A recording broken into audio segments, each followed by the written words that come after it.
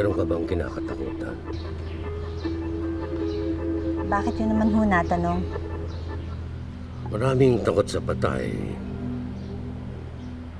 Pero mas nakakatakot ang buhay. Maraming natatakot sa bahay na ito. Gusto nilang tuklasin kung totoo ang kwento. Kwento tungkol sa multo. Nararamdaman mo ba? Wala naman ho. Wala ba?